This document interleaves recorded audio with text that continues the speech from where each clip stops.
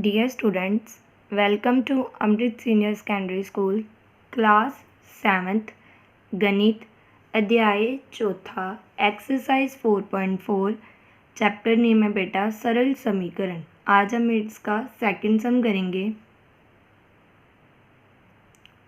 हाँ जी देखो बेटा सैकेंड हेड लिखिया नूं हल करो। अज उहदा आपां फस्ट पार्ट करांगे।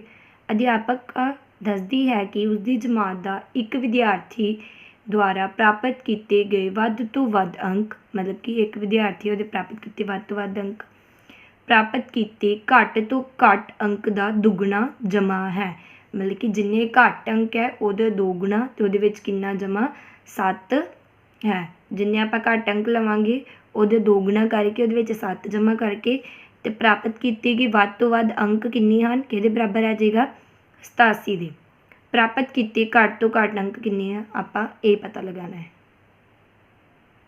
हिंदी मीडियम वाले बच्चे देखो बेटा अध्यापिका बताती है कि उनकी कक्षा में एक विद्यार्थी द्वारा प्राप्त किए गए अधिकतम अंक प्राप्त किए गए न्यूनतम अंक का दुगना है।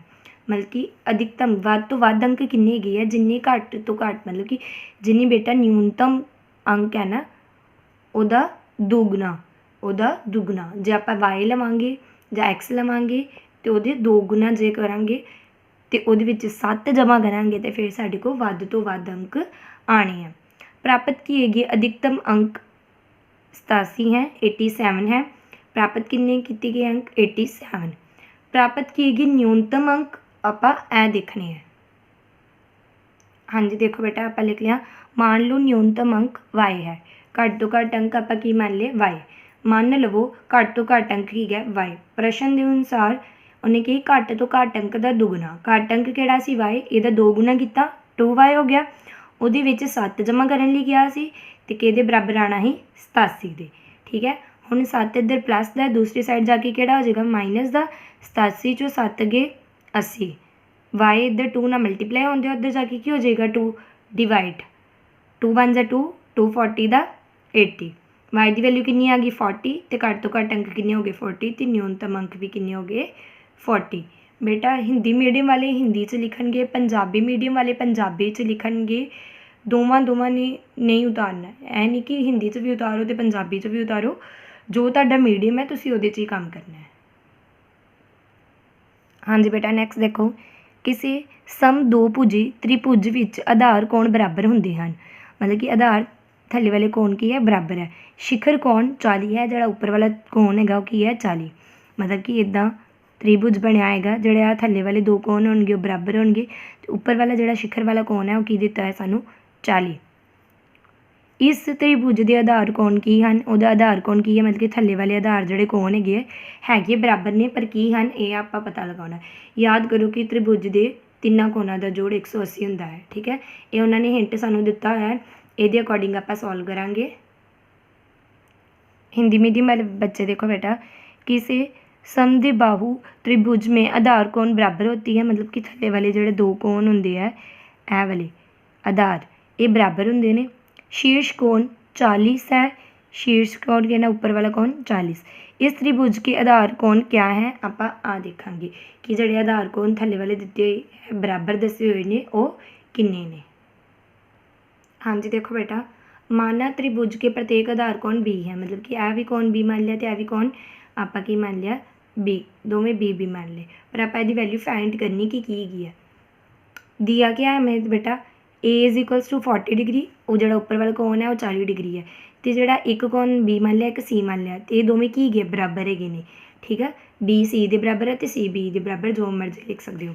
हम जानते हैं कि ए जमा बी जमा सी किन्ने किहदे इक्वल होंदा है 180 दे। त्रिभुज का कोण जोड़ का नियम के अनुसार त्रिभुज के कोणां का जोड़ कितना होंदा है 180 डिग्री। त्रिभुज च किन्ने कोण है 3 ए जमा बी जमा सी किहदे इक्वल आ गया 80। ए की वैल्यू कितनी सी बेटा 40 बी की वैल्यू बी रहन दो सी दी बी सी दे इक्वल आप सी दी जगह भी की लिख लिया बेटा बी लिख लिया। उस तो बाद देखो की कीता है यह 180 लिख लिया बी तो बी किन्ने हो गए 2 बी आ किन्ना है इधर 40 आ किन्ना है 180 40 इधर जमा दा दूसरी साइड जाके किहड़ा आ जाएगा माइनस दा 180 चो 40 के किन्ना आ गया 140 2 बी इज इक्वल्स टू 140। उस तो बाद देखो उन्होंने की किया बेटा 2b इज इक्वल्स टू 140 लिखन तो बाद b की 2 ना की होंगे है मल्टीप्लाई, दूसरी वाली साइड जाके की हो जाएगा बेटा डिवाइड, दूसरी वाली साइड जाके डिवाइड करेंगे 2 1 ज़ा 2 2 7 ज़ा 40 कितना आ गया 70।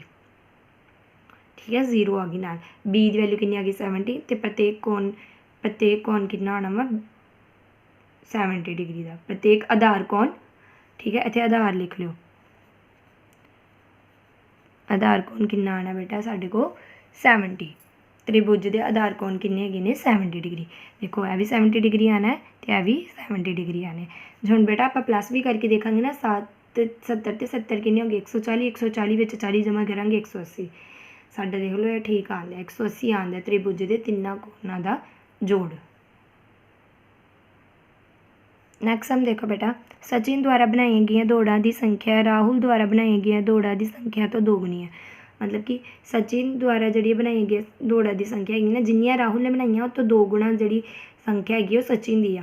जे राहुल ने एक्स बनाई होंगे उन्हें कितने बनाएंगे 2x, जे राहुल ने वाई बनाई होंगे उन्हें कितने बनाई होंगे 2y।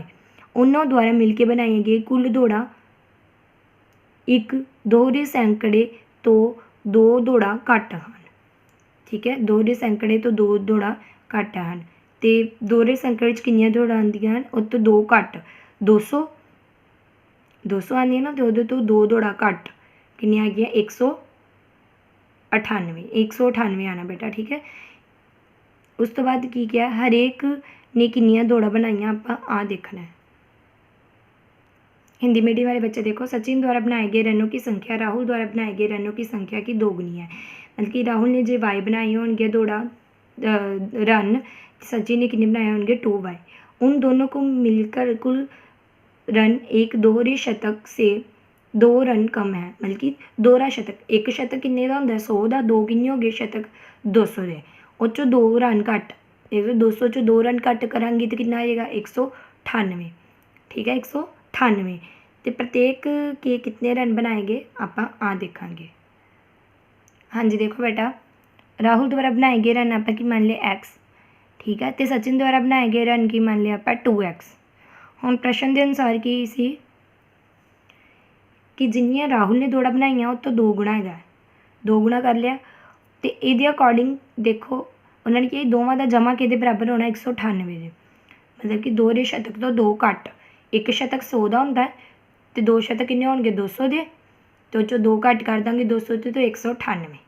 ठीक है x तो 2x किन्ने हो गए 3x 198 3 इधर x ना मल्टीप्लाई होंगे उधर जाके की हो जाएगा डिवाइड कर देंगे डिवाइड हो गया उस तो बाद कितना आ गया कटिंग करके 66 3 आ देखो तुम डिवाइड करके देख सकते हो 3 6 18 1 फिर 18 किन्ने ते गया 66 से। ठीक है तो राहुल द्वारा बनाए गए रन किन्ने सी x की वैल्यू कितनी आ गई 66। सचिन द्वारा बनाए गए रन बेटा किन्ने से 2x, 2 नूं 66 नाल गुणा करांगे तो कितना आएगा 132। हाँ जी बेटा अगे थर्ड सम देखो इरफान कहता है कि उसके कोल परमीत जिन्ने बंटे हैं उसके 5 गुणा तो 7 ज़्यादा बंटे हैं। ਉਹਦੇ 5 गुणा करे तो ਉਹਦੇ तो 7 ज़्यादा बंटे। इरफान कोल 37 बंटे हैं तो परमीत कोल किन्ने बंटे होंगे। हिंदी मीडियम वाले बच्चे देखो इरफान कहता है कि उसके पास परमीत के पास जितने कंचे हैं उनके 5 गुने से 7 अधिक कंचे हैं। इरफान के पास 37 कंचे हैं और परमीत के पास कितने कंचे हैं। हाँ जी देखो बेटा लिख लिया है माना परमीत के पास कंचों की संख्या x है उन्हें की क्या है वो 5 गुणे तो 7 ज़्यादा। ठीक है 5 गुणा वो की x का 5 गुणा करता 5x आ गया वो 7 ज़्यादा तो वो को किन्ने कुल बंटे गए सी इरफान को 37।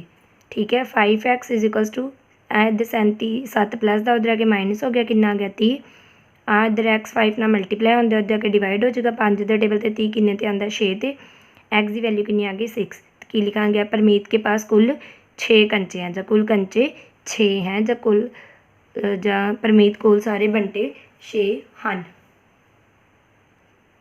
नैक्सट देखो बेटा लक्ष्मी के पिता की उम्र 49 साल है उन्होंने की उम्र लक्ष्मी की उम्र के 3 गुणा तो 4 ज़्यादा है, मतलब कि जिन्नी लक्ष्मी की उम्र होएगी तो उहदे पिता की उम्र कितनी हैगी है, तो 3 गुणा करके उहदे 'च 4 ज़्यादा। लक्ष्मी की उम्र कितनी है ऐ दसनी।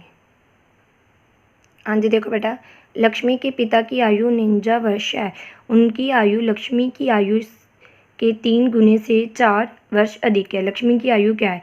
देखो बेटा आप लक्ष्मी की आयु गैस कर लांगे, जिवें आप मान ली कोई एक्स, ਉਹਦੇ 'ਚ 3 गुणा ज़्यादा 3x ਤੇ ਉਹਦੇ 'ਚ 4 ਜਮ੍ਹਾਂ ਕਰਾਂਗੇ ਤੇ ਫਿਰ ਸਾਡੇ ਕੋਲ ਉਹਦੇ ਪਿਤਾ ਦੀ ਆਯੂ ਆਉਣੀ ਹੈ ਤੇ ਕਿਹਦੇ ਬਰਾਬਰ ਆਣੀ 49। ਤੇ ਕਹਿੰਦੇ ਕਿ ਲక్ష్ਮੀ ਦੀ ਆਯੂ ਕਿੰਨੀ ਹੈ ਐਂ ਦੱਸੋ ਸਾਨੂੰ।